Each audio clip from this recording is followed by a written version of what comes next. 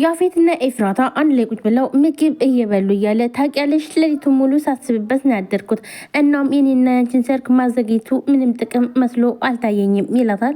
ኤፍራታም ትስቅና ኧረ እባክህ ነው እንዴ? ቆይ እኔ መኖር እንደምፈልግ በምን አወቅኩ? ሲጀመር እኔ ካሁን በኋላ መኖር ምጓጓለት ስለሌለ፣ ስለዚህ ለምንም አልጨነቅም። የፈለግከውን ነገር ማድረግ ትችላለህ ትለዋለች። ምንም ነገር እንኳን ብታደርግ አይሞቀኝም አይበርደኝም ብላ ትለዋለች ለያፌት። ስም ብድግ አድርጎ ይኸውልሽ፣ በዚህ እንኳን እርግጠኛ አትሁኝ፣ ይኸው ይሄንን ውሳኔ የወሰንሽው ስሜታዊ ሆነሽ ነው ይላታል። እኔም እንዳንቺ ተስፋ ቆርጬና ስሜታዊ ሁኜ የማይሆን ስህተት ሰርቼ አውቃለሁ ይላታል ማለት ነው። ይኸውልሽ በዛውም ልክ ደግሞ ብዙ ተመሬበት አልፍ ያለው። እናም አሁን ላይ አንቺ ይህ ማለት አንቺ ስሜታዊ ነሽ የወሰንሽው ውሳኔ እንደሆነ ገብቶኛል ይላታል። እሽ በዛ ሰዓት ብዙ ነገር ነው የተማርኩትኝ።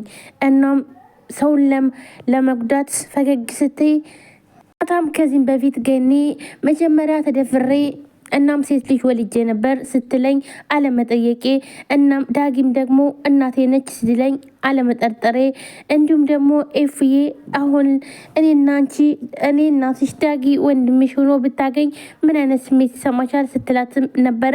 እና ያን ሁሉ እያስተዋለች እንዴት በዛ ሰዓት አለመጠርጠሬ እያለች እራሷን እየወቀሰች ወይንም ደግሞ እራሷን እየጠየቀች ነው ኤፍራታ አሁን ላይ ማለት ነው። ደግሞ ዳግም ቤተሰብ የለኝም ብሎ ገነት እናቴ ነች ብሎ ሲያስተዋውቀኝ እንዴት ግን አልጠረጠርኩም። እንደዛ እኔና ዳግም ቤተሰቦች ብንሆን ምን አይነት ስሜት ይሰማሻል ብላም ስጠይቀ ነበር እኮ እያለች ያን ሁሉ የጠየቀቻትን ሁሉ እያስታወሰች ለምንድን ነው ግን እንዴት ነው ያልገባኝ እያለች እራሷን እየጠየቀች ነው። ልክ ለእኔ ብላ ስትታገል ከኔ ጋር ስታለቅስ ሁሉ ነገር እንዴት ነው? ቆይ እኔ ግን መረዳት ያልቻልኩት ሻሁን ምንድን ነው የምሆነው? ቆይ ግን ህይወቴንስ እንዴት ነው የማስቀጥለው? እያለች ኤፍራታ ቁጭ ብላ ጠረጴዛ ላይ ብቻዋን እያሰበች ነው። ስም ይመጣና እኔ ጋውነሽ ለምንድን ነው እንደዚህ የምታስቢው?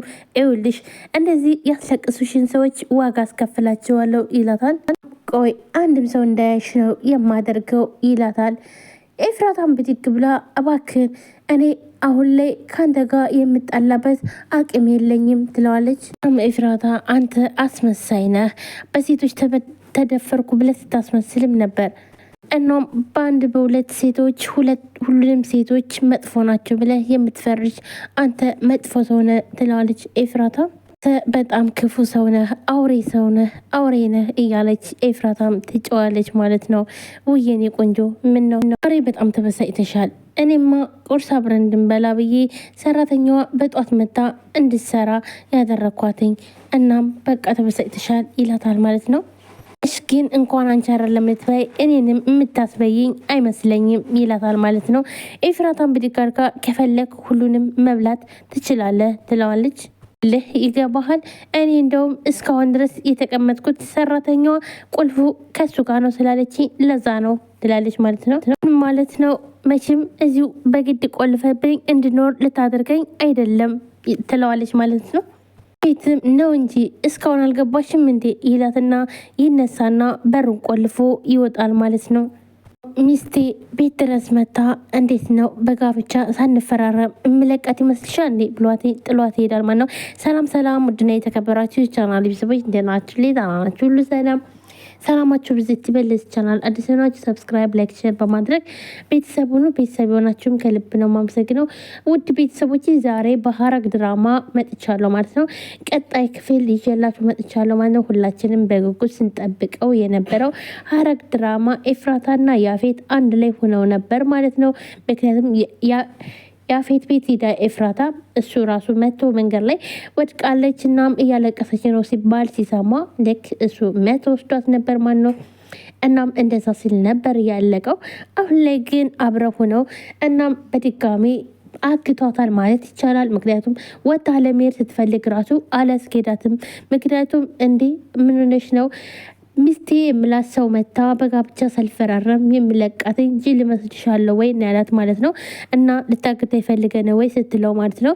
እናም ኤፍራታን አሁን ላይ ልክ እንደታገተች ነው። ምክንያቱም እንዳትወጣ በሩን ቆልፎባታል ማለት ነው።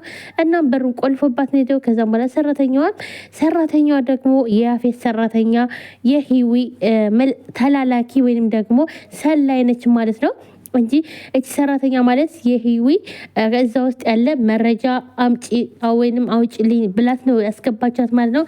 እናም ለሂዊ ደውላ ሁሉን ነገር ስትነግራት ነበር። እናም መረጃውን እንዳላገኘችው ነው የተናገረችው ማለት ነው። ስለዚህ ይህ ማለት ደግሞ እቺ ሰራተኛዋ ለሂዊ ማለትም እሷ የቀጠረቻት ወይም ደግሞ የላከቻት ምን የሆነ ነገር የምታስተላልፍላት ነች ማለት ነው። እናም ኤፍራታን ጓደኛ አድርጋት ይባላል።